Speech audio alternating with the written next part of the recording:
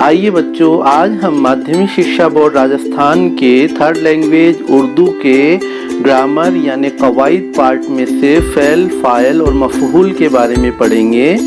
बच्चों ध्यान रखिएगा कि एग्ज़ाम में इसमें से एक क्वेश्चन ज़रूर आपके आता है। तो आइए सबसे पहले हम लेते हैं फ़ेल को, जिसको इंग्लिश में वर्ब और हिंदी में क्रिया कहते हैं। आइए इसकी तारीफ की तरफ। वो लफ्ज़ जिससे किसी काम का करना या होना जाहिर हो उसे फ़ेल कहते हैं, जैसे पढ़ना, लिखना, खाना, चलना, चिल्लाना वगैरह।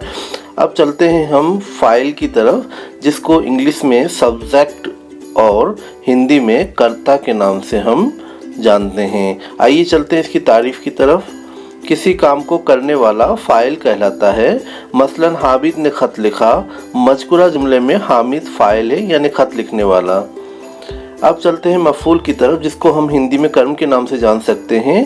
तारीफ़ देखिए, जिस पर फ़ेल या काम का असर वाक़ हो उसे मफ़ऊल कहते हैं। मसलन आबिद अखबार पढ़ रहा है तो यहाँ अखबार मफ़ऊल है।